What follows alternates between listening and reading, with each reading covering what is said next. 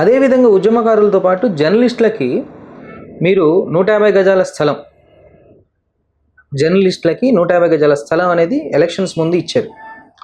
అటు BRS party కూడా హామీ ఇచ్చింది, తర్వాత కాంగ్రెస్ పార్టీ కూడా దాన్ని స్లోగా మన జర్నలిస్టులందరికీ కూడా కాంగ్రెస్ పార్టీ అధికారంలోకి వచ్చి 14 నెలలు అవుతుంది, ఇంతవరకు టచ్ చేయట్లే కదా. 100% చేస్తున్నాం. ఎందుకు మా ఎప్పుడు 5వ సంవత్సరం ఎలక్షన్స్ ముందా నథింగ్. మా నియోజకవర్గంలో మాకు చాలా మంది జర్నలిస్టులు కలిసిరు, గతంలో కలిసిరు, ఇప్పుడు కూడా కలిసిరు. కలిసినప్పుడు మేము చాలా స్పష్టంగా చెప్పినాం, ఉన్న ప్రభుత్వ భూములన్నింటినీ కూడా గడిచిన 10 సంవత్సరాల్లో బీఆర్ఎస్ పాలకులు చెరబెట్టిరు. వివిధ పేర్లతోని ఆ ఉన్న ప్రభుత్వ భూములను మొత్తం కూడా కాజేసిర్రు, కబ్జా చేసిర్రు, పాస్బుక్లు ఇప్పించుకుర్రు, దాన్ని పట్టాలు చేపించేసుకున్నారు. కాబట్టి ఏదైనా గవర్నమెంట్ భూమి ఉంటే మేము అధికారులు ఐడెంటిఫై చేసి, గవర్నమెంట్ భూములు మిగులుతాయా మీ ప్రభుత్వంలో? ప్రజల్లో ఈ ఆలోచన ఉంది, గవర్నమెంట్ భూముల్ని రక్షించి కాపాడి పరిరక్షిస్తాం. ఎందుకు అని అంటే, కానీ మీ మీద ప్రతిపక్షాలు మొత్తం గవర్నమెంట్ భూములు ఎక్కడ ఉంటే అక్కడ కబ్జా పెట్టేశారు మంత్రులు అంటున్నారు. నథింగ్, అబద్ధం. ఎందుకు మిగులుతాయా చెప్పేది నిన్న, ఎందుకు అబద్ధం అని చెప్తున్నంటే, ఈ రాష్ట్రంలో నేను ఎమ్మెల్యే అయిన తర్వాత నేను ఛాలెంజ్ చేసిన 1,00,000 ఎకరాల పైచిలుకు, మళ్ళీ కూడా మీరు నోట్ చేసుకోండి, 1,00,000 ఎకరాల పైచిలుకు భూములు బీఆర్ఎస్ టాప్ టు బాటం వరకు, అంటే ఎమ్మెల్యేలు, మంత్రులు, ముఖ్యమంత్రులు ఈ స్థాయిలో ఉండేటువంటి వాళ్ళకు వాళ్ళ ఆధీనంలో వాళ్ళ బినాముల పేర్లతోనైతేంది, వాళ్ళతోనైతేంది 1,00,000 ఎకరాల పైచిలకు భూములు వాళ్ళ కంట్రోల్లో ఉన్నాయి. నేను ప్రూవ్ చేస్తా. రెడీనా? ఎవరైనా చర్చ? మీరు కూడా ఒక బీఆర్ఎస్ ఎమ్మెల్యేగా మీ దగ్గర ఉండొచ్చు. రెడీనా? నేను రెడీనా చర్చకు అని చెప్పేసి నేను చాలా స్పష్టంగా చెప్పినాను. దాని మీద ఇప్పటి వరకు వాళ్ళు ఎవరు స్పందించలేదు. అవి ఎట్లా సంపాదించరు, ఎట్లా పోగు చేసుకురు నేను చాలా స్పష్టంగా చెప్తున్నాను. నువ్వు ఇంకో ప్రశ్న అడిగాను, నువ్వు కూడా బీఆర్ఎస్ ఎమ్మెల్యే కానీ ఇక్కడ ఉండే, ఎస్ రమ్మన్, నేను కూడా రెడీ చర్చ. 1,00,000 ఎకరాల్లో మీ దగ్గర ఉండొచ్చు. నేను కూడా రెడీ. నా కాడ సంబంధించినటువంటి నెకరికల్లో నాకున్నటువంటి వ్యవసాయ ల్యాండ్ తప్ప ఎక్కడ నేనే కానీ, నా బినాములే కానీ, నా బంధువులే కానీ, నా చుట్టాలే కానీ ఎక్కడ నా పేరు మీద ప్రూవ్ చేసినా నేను ముఖేష్గా ఎవరు చెప్తే వాళ్ళకి ఇచ్చేస్తా. లేదు అసలు ఆస్తి లేకుంటేనే రాజకీయాలు ఉందామంటే, ఆడ ఉన్నది నాది కూడా, నేను చూసా, మీ ఇల్లు చూసా, నేను ఆడ ఉన్నది నాది కూడా వదులుకోవడానికి నేను రెడీ. రమ్మని ఎవరు చర్చకు వస్తారు, ఏ నాయకుడు వస్తాడో, అలా సంబంధించినటువంటి మాజీ మంత్రులు ఎవరు వస్తారో రమ్మనండి. ఇప్పుడు కాదు, ఈ 5 సంవత్సరాల తర్వాత కూడా ఒక పాలసీ తీసుకుందాం.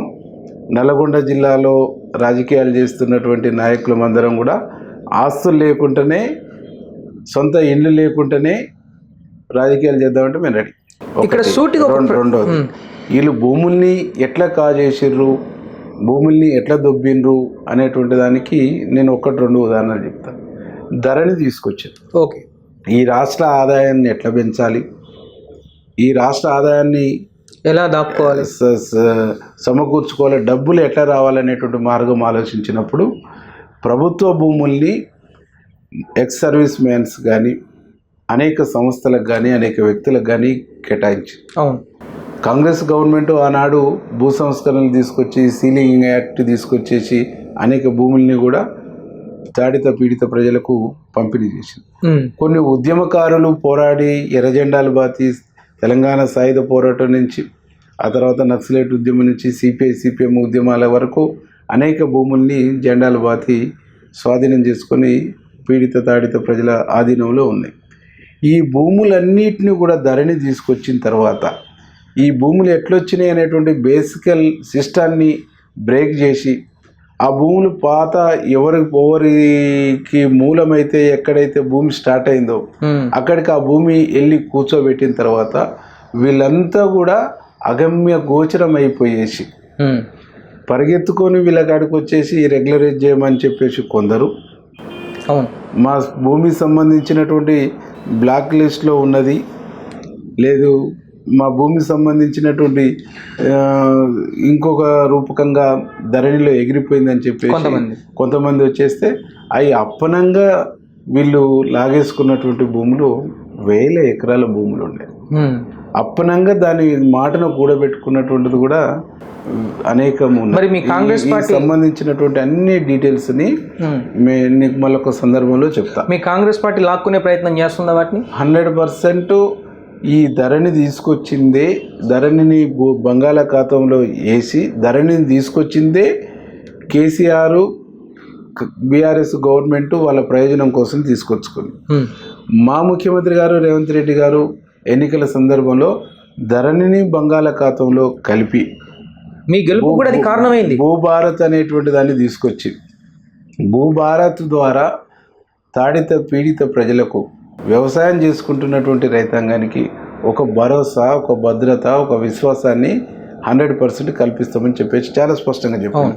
చెప్పడంతో పాటు ఈ ధరణి అనేటువంటి వెబ్సైట్ ఏదైతుందో ఇది ప్రైవేటు వ్యక్తులకు ఇచ్చేసి వేరే దేశాలలో వాళ్ళు ఆఫీసులు పెట్టుకొని ఈ డేటానంతా తీసుకొని పోయి వాళ్ళ దగ్గర పెట్టుకొని రాత్రికి రాత్రి ఆన్లైన్లో ముఖేష్ భూమిని ఎగరగొట్టేసేసి దాన్ని బ్లాక్ లిస్ట్లో పెట్టేసి లేదు దాన్ని సెకండ్ సంబంధించి ఎక్కడో అక్కడ గందరగోళం చేసేసి అక్కడ వేరియేషన్ తీసుకొచ్చి ఆ సర్వే నెంబర్లో అక్కడ ఉన్నటువంటి ఎక్స్టెండ్ ఎంత అవుతుందో దాంట్లో కూర్చోబెట్టేటువంటి ఒక ప్రమాదం ఉన్నది.